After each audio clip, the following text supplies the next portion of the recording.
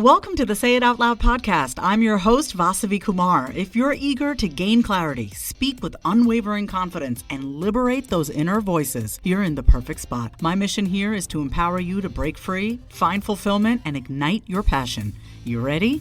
It's time to say it out loud. I've put together a guide of my top 10 tested and proven to work practical strategies and habits to help bright women like you say no, set your boundaries right, live confidently, and build healthy relationships, starting with the relationship you have with yourself.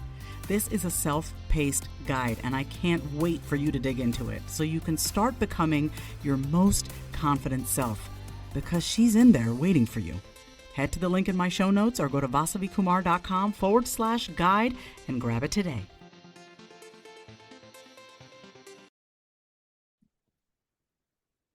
Welcome back to another episode of the Say It Out Loud podcast. It's me, Vasavi. I am here with my friend Ben Harris, who lives here in Austin, Texas. We met through mutual friends of ours, my good friend Nita Bhushan, who's been on the podcast. I brought Ben on here because he is the fear guy. And for me, when I think about fear, I actually get really excited because I've always used fear as, I'll show you motivation. I'll show you. And the you that I'm usually referring to is myself. I'm the most competitive with myself and the voices in my head that tell me I can't do something. So, little known fact, my lovely audience, anytime I invite a guest on, I have them answer one question. Well, they give me their name and their email and all that good stuff. But I always ask, what's something that you've been wanting to say or claim out loud? And when I asked Ben, my guest today, what did he want to say out loud? He said, I want schloads of money. Like I am deserving of schloads of money, not even loads of money, but schloads.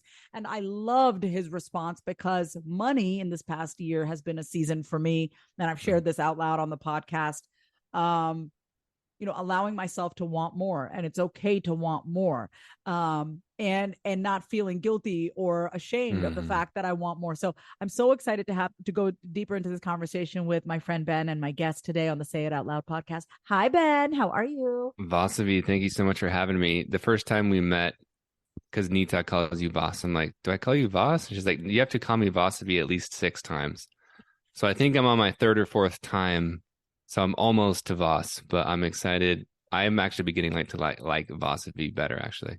I did not know you even remembered that. Yeah. I just have this thing, Ben. Like, you have to think. No, and by the way, you are not the only one. Everyone wants to shorten it. And I feel like it's like, when you go on a date, it's like, why are you trying to have sex with me? We just met. Why are you trying to shorten my name when you haven't even tried to say my full name? So I appreciate you respecting the number 6. When you get to 6 Vasavis, we'll revisit the conversation. Okay. I'd love to hear from you, Ben, from the bottom of your heart. What made you write, I deserve schloads of money? Like, that's the thing. Out of all the things you could have said out loud or said that you wanted to say out loud, you picked that. Why? Yeah, well, I want to know what most people put, I guess. But like for me, it's connected to what you just said, right? Of feeling okay, wanting more.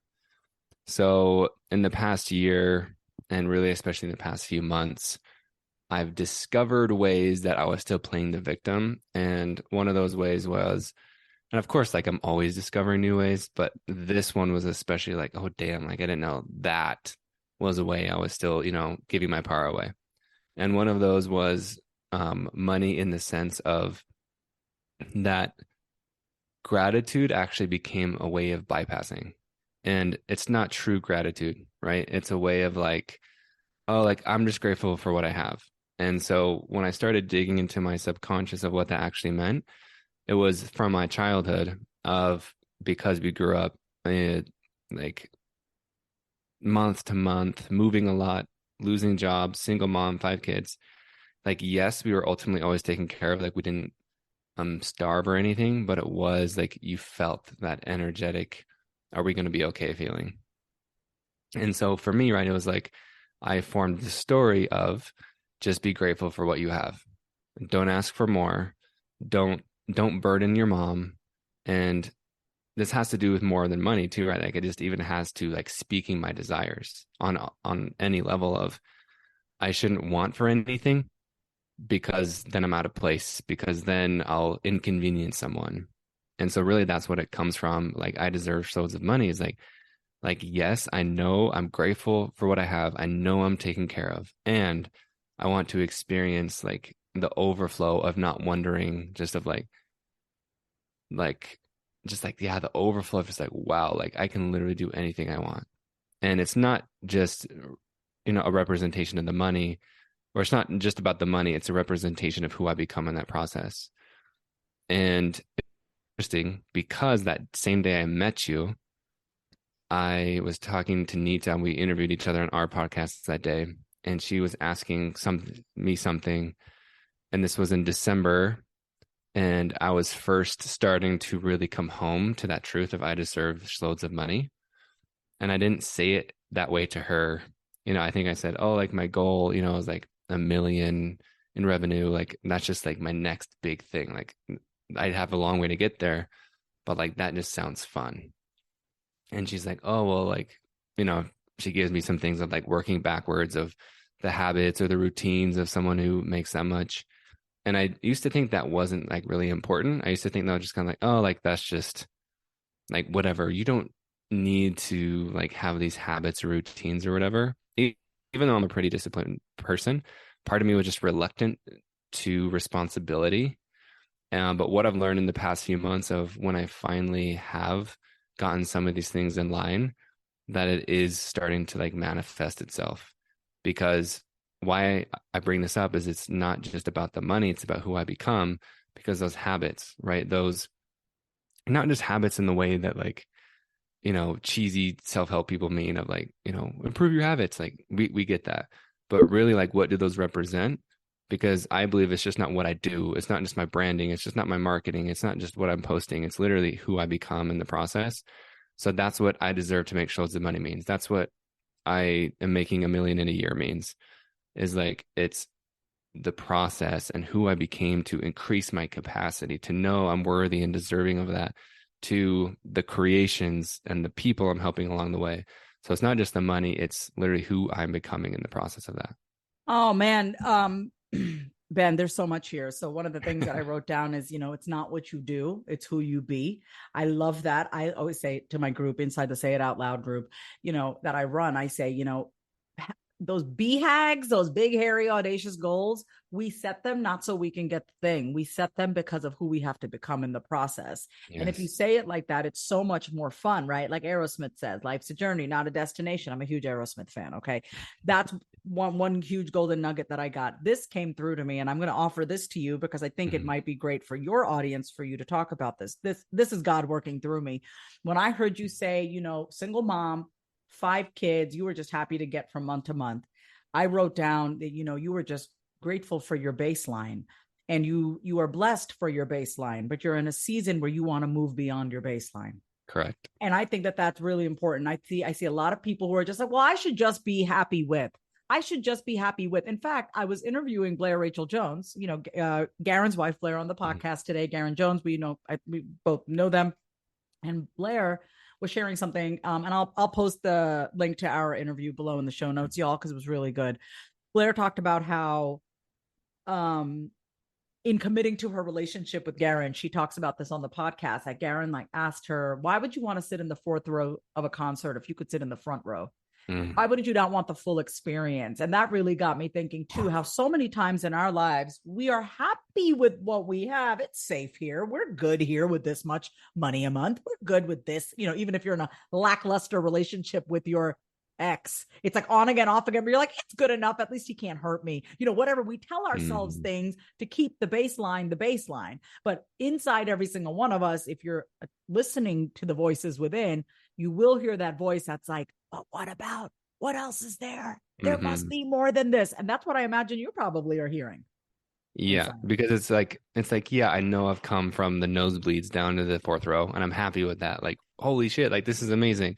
And I love that so much. Thank you for sharing, because it's like I am happy with the fourth row. I'm enjoying the now Yeah. moment. And I think both can coexist. I think that's what people get it mixed up, right? Is like it's okay to desire.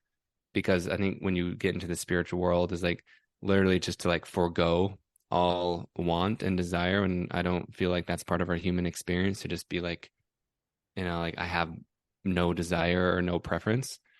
Um, Cool and story. so cool life guy. It's like anyone who says Yeah. that, like, oh, I don't care about anything. I'm not detached. I'm detached. I'm just like, yeah, but you're still a human experiencing life, and you've given. I see that as giving up. I see that as a rigid protection.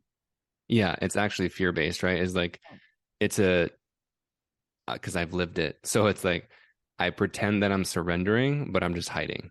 Yeah. It's like I'm saying I'm surrendering and going with the flow and appreciate everything. I'm okay with it. But really deep down is like I'm saying I'm okay with it so I don't get disappointed, right? It's my fear of failure. It's my fear of rejection. So it's a way that my ego can protect me. And it's like it's putting me on a pedestal to say I'm surrendering and I'm okay with everything.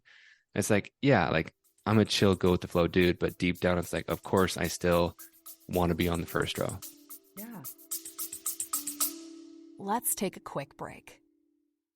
Having been in therapy since the age of 12, I know firsthand just how powerful the process of finding the right therapist is. Going to therapy and talking things out with my therapist has made me happier, clearer, and most importantly, I have a plan for my mental health. I have tools to be able to communicate with others, and also the tools to cope when life gets hard, which it does. So let me ask you a question. Is something interfering with your happiness or preventing you from achieving your goals? Regardless if you have a clinical mental health issue like depression or anxiety, or if you're just a human who lives in this world who is going through a hard time, therapy can give you tools to approach your life in a very different way. And that's why I'm excited to tell you about today's sponsor, BetterHelp. BetterHelp's mission is to make therapy more affordable and more accessible. And this is an important mission because finding a therapist can be really hard, especially when you're limited to the options in your area. BetterHelp is a platform that makes finding a therapist easier because it's online, it's remote, and by filling out a few questions, BetterHelp can match you to a professional therapist in as little as a few days.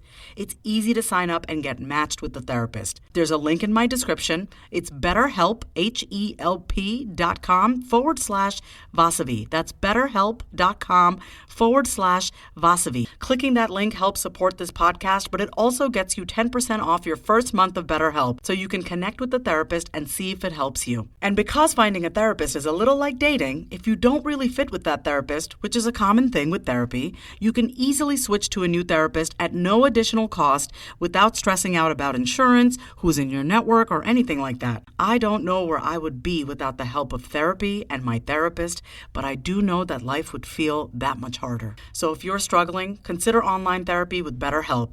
Click the link in the description or visit betterhelp.com/Vasavi. Thank you again, BetterHelp, for supporting this podcast. Let me ask you this: what birth order are you in? Your siblings? I'm this, so there's 5 kids. I'm the second to youngest. And then my dad got remarried. So there's a stepbrother and half sister too. So 7. Mhm. But in that original 5, I'm the second to youngest. But it's so how it happened is there's a 7-year gap between me and my older brother. So they thought they were done having kids. My dad got a vasectomy. My mom had a dream about a son named Benjamin. And so vasectomy reversed and boom, here I am. Oh my God! Oh, you were a miracle. They No went big through deal. they went through a lot of trouble for you to be here. They had to reverse the vasectomy. Wow. And how awesome of your dad being like, okay, I guess we're gonna snip, and we're gonna have this beautiful baby boy Yeah. named Ben. So let me ask you this: when you were younger, did you ever dream about beyond what you had? Like, did you even know For to sure. dream about the things that you didn't have? It was a mix. So I love this conversation so much. So it's like it was a mix. It was like, yes, I did, but I would kind of keep it quiet. Ooh, I wouldn't say it out loud, right? So it was even I remember moments of like I wouldn't even ask Santa for what I wanted, or even on my birthday, I would diminish my requests because I know my mom couldn't really get what I wanted. So let me ask you this. So I would love for you to finish this sentence for me. Because I think someone in my audience can really benefit from this. See, I'm an external processor. You seem to be more of I don't even want to call you an internal processor because I don't know how Mhm. you process, but I do know that we are different in that I don't keep my stuff inside. If I want something, I say it, but I relate to the fact managing your mother's emotions, not Yeah. wanting to upset your mother. So you as a child learn to repress and suppress your needs and not say them out loud because you knew it would upset your mom. How sensitive of you, first of all. That shows how That's sensitive children fine. are. And while Yeah. that seems noble and honorable, it's actually very damaging for a young child, right? A young boy, Correct. child in general. So finish the sentence for me if you're open. As a child, what do you think, like if you could put yourself back to being that age again, what was the belief? Oh, if I say it out loud, then what? If I Then ask I for won't what then what? I won't get it. Wow, because you were so used to hearing no. I'm not sure if it was so used to hearing no. It was just like I love the timing of this conversation because it's almost like a perfect moment of all these things I've done recently, coming to like a full circle moment. But um, it was, yeah, I think it was just the belief of like I wrote this down somewhere. It was be grateful for what you have, don't ask for more. It was like that mentality, right? Of just because I can't have it or I won't get it. And so, and it was part of like managing my mom's emotions too. And of course, like protecting myself from disappointment. Yeah, I mean it's you're protecting yourself, right? If I don't say it, I never have to not get it or be or disappointed, and then I protect myself from it.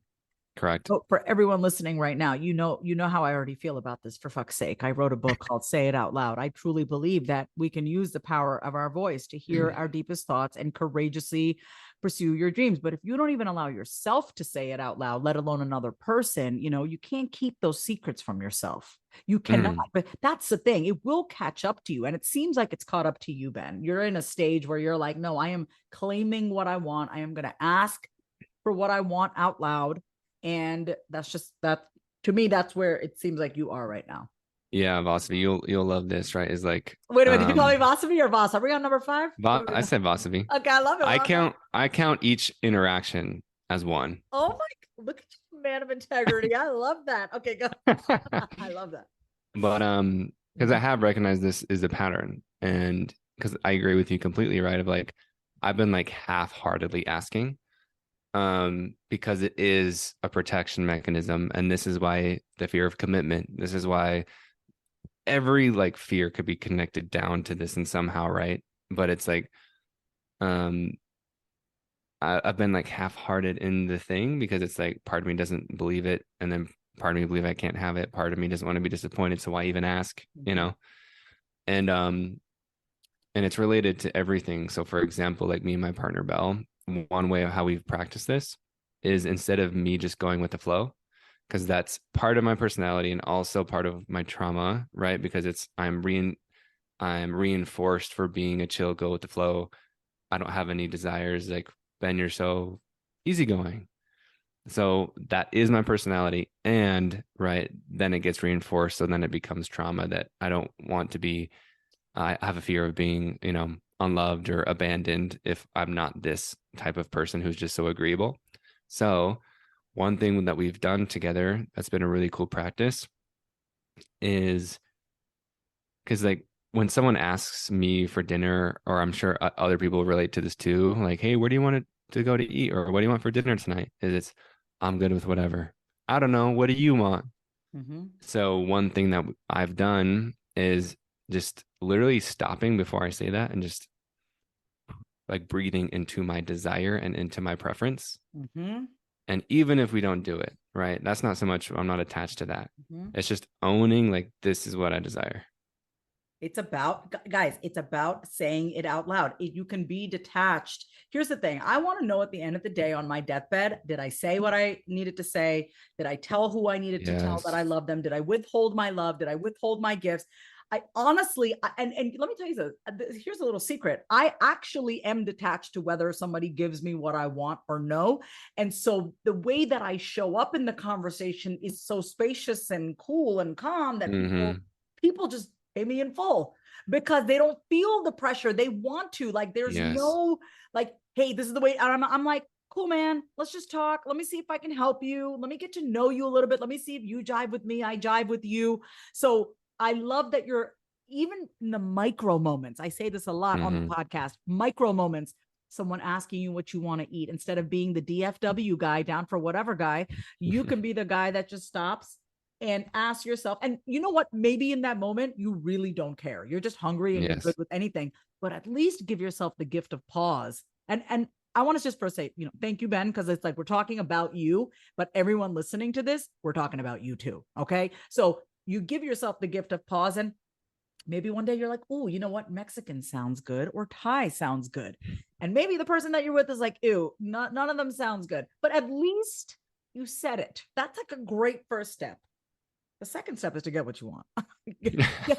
get what you want, but at least practice saying it. So, like, how simple is that? The gift of pause. Mm-hmm. Exactly. And that's why I like it so much, because it's very doable. It's not like I'm not asking to double my salary at work. Like, yes, that's possible. Mm-hmm. But if I'm just asking and honoring my desire for dinner, like, that's very doable. Yeah. So what are some of the practices that you are currently working on in your life and in your business to be able to ask for money, ask for the sale? Because I know people in my audience, like, I want them to know what other people are doing, and maybe if it resonates with them, it'll be like, oh, cool, I can try that as a practice. So what's been working for you, and maybe what's one thing that hasn't worked for you? By the way, I don't believe anything ever doesn't not work for us. I think we can make anything. Yeah. So what's been working for you? Hey, I'm not sure. I can't think of anything that doesn't work for me, but one thing, this has to do with a business. Yeah. I mean, I believe everything's interconnected, but specifically with, like, I was creating. So last month I had my most successful launch that I've ever had.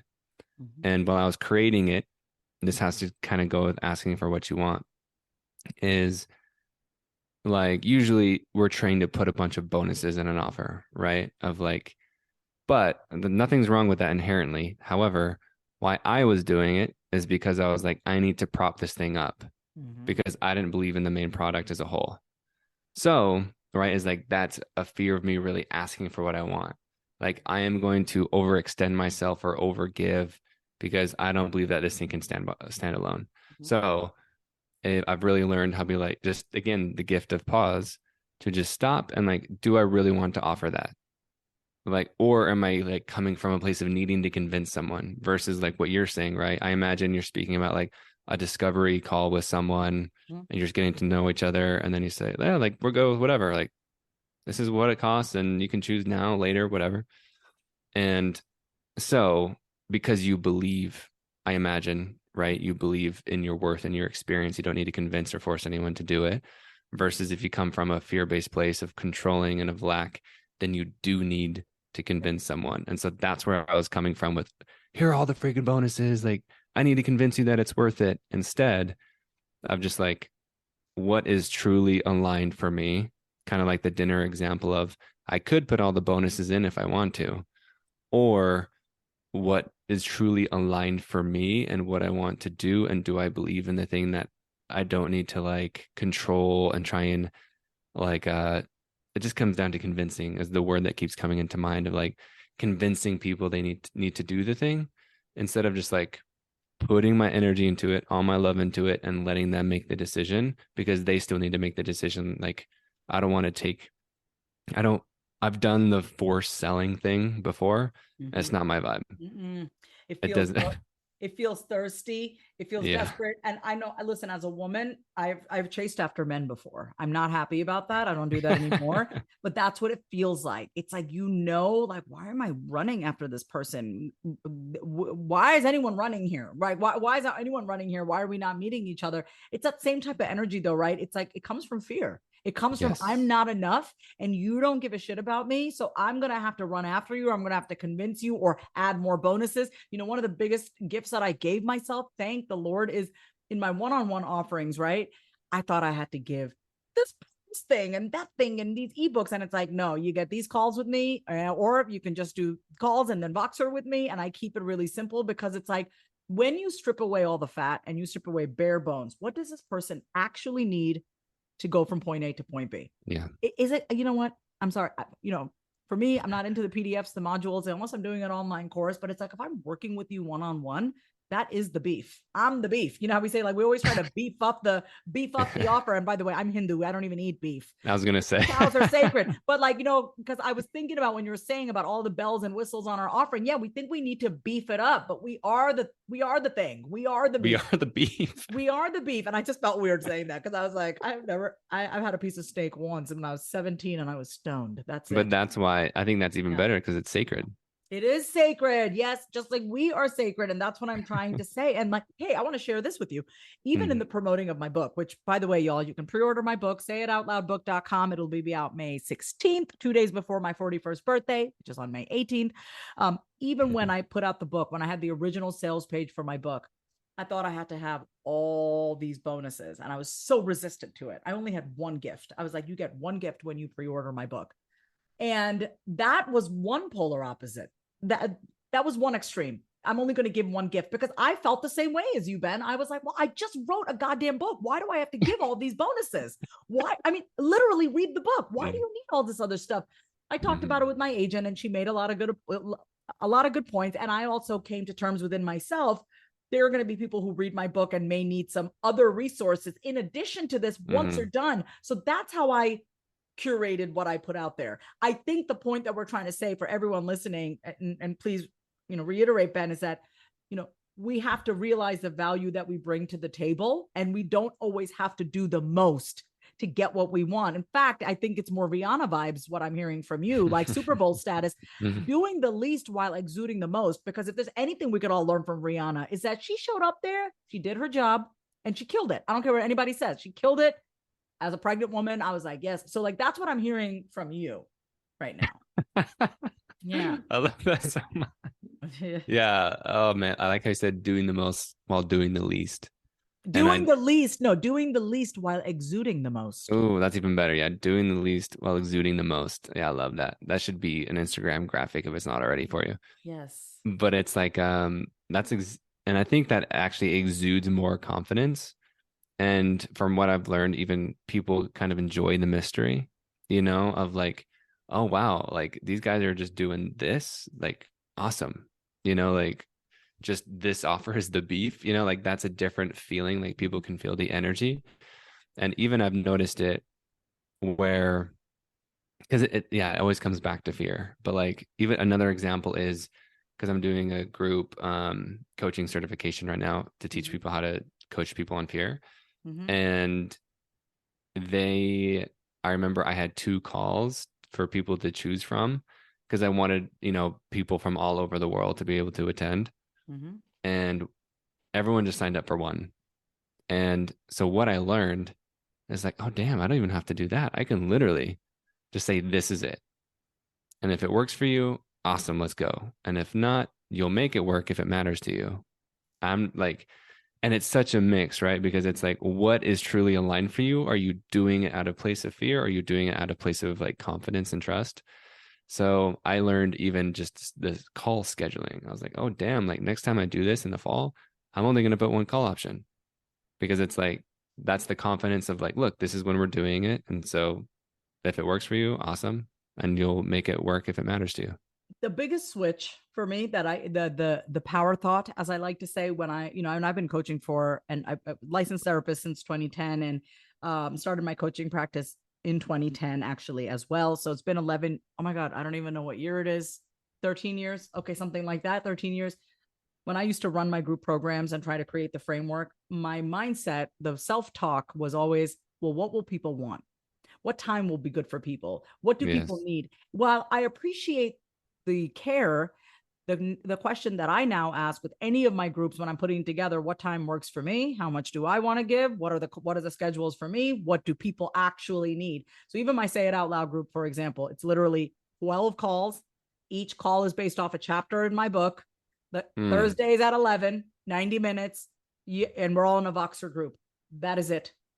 And the magic just happens. It's like, because when you actually ask yourself, well, what did I really need when I was struggling the most? Yes. And it's really someone to talk to, someone to listen without judging, shaming, fixing, trying to solve your shit. Let's just let you be, and a place where you feel safe. From there, anything can bloom. And if you've created that, Ben, you don't need all the other shit. You just need you and the people that you attract based on the vibe that you put out. I'm saying this to Ben, I'm saying this to everybody. It really is who you be. Like you said, it's not all the who you do. I actually would challenge you and everyone listening, and I challenge myself all the time to cut the fat, cut the fat. Like, look at everything that you're doing in your life, in your business, and say, is this coming from needing to prove, or do I actually give a shit about this? Yes. That's it. Just ask. Yeah. Agreed. Yeah. Emphasized. Yeah. And emphasized. Yeah. So I'd love to hear, what do you got going on that you want people to know more about? Like how you're working with people. What are you offering right now for people to get interested and involved in with you? Yeah. So the people I work specifically with are heart-centered leaders who really have a gift inside of them, and they have a message that they want to share, but they aren't doing it because the reason, which I'm sure if you don't already know, right? The shtick is that the root of it is fear. Like it doesn't matter what it is, rejection, failure, success, like the root of like everything that's stopping you is some sort of fear block. And so it's, if you really, really, really want to get down to the point, it is scary because it's not dressing it up in any way. It's like, yeah, we're going to talk about your fear, which feels scary, but that's the whole point and purpose of it, is that we're not like, we're here to befriend our fear. We're not here to fight it. We're not here to push against it. We're here to welcome it in and to like love it. And so, yeah, it's like if you are a leader, if you are a coach, if you are an entrepreneur, a manager, a director, an executive, in whatever way that it's like, damn, it's like, I want to do this thing and I'm hiding or I'm silent. I'm not saying this thing. And you really just want to freaking do the thing, but for some reason you just can't, then let's freaking go. So one-on-one coaching, it's also, I mentioned the group container earlier. So that's a group coaching first half. And then the second half is I teach people how to guide their students or clients or people through fear specifically. Wow. So like what questions to ask, when to ask, how to read body language, how to hold space for fear, how to know when it's coming up, how to make people feel safe, all the things. So it's first step, getting through the things that are stopping you. Second step, how do you help other people get through the things that are stopping them? And then I have a podcast, The Fear Alchemist, which Vasavi is going to be on tomorrow. And you can just search The Fear Guy on Instagram to find me. What I so appreciate about you and just us is you sharing your own fears that you're currently even working through. And, it sounds like you're almost on the other side, or you might already be on the other side of it, because it's a process moving through our fears. Sometimes I've worked through intimacy fear.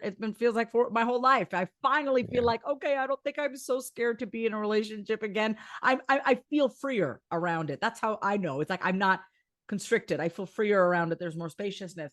Why I think it's important that people who are in the business of helping other people with the thing say the thing out loud that they're afraid of, is that so people know that you get them, so I really respect and admire and appreciate your honesty around your own fears around a topic that most of us we're not openly, taught to discuss money. Right.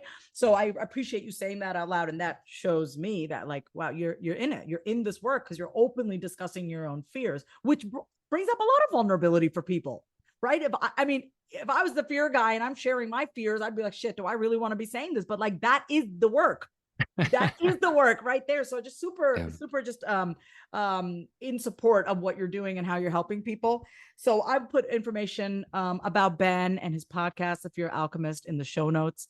I want to ask you, Ben, is there anything in your heart that you feel like you haven't said out loud and you want to make sure that you say it and convey it as we wrap up today's podcast? Oh, Vasavi, first of all, thank you. This was probably the most efficient yet powerful podcast I've been on. Like, and the way you're able to facilitate it and lead it is very impressive as far as like getting to the point while also not missing out on any of the juice or any of the beef, as we say. Plant-based beef, okay, in this house. With this a Hindu household. Plant-based beef, beyond burgers. Okay, let me start. No, but that stuff's terrible for you. Yeah, it is. We are beyond the beyond beef. But what was coming to mind is something that you were just touching on. So first of all, thank you. I receive. And that's something I've gone back and forth on a lot, right? Is like, because I am the fear guy, I can't show that I'm afraid. But like the same way, like, having a new son, he's 7.5 months old, is like, do I want to think that his dad is invincible and fearless? And my answer is no.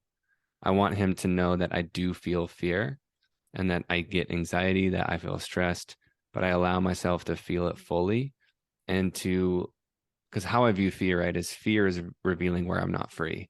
And you mentioned around the fear of intimacy, right, of, it's starting to lighten up because it's not feeling as tight anymore.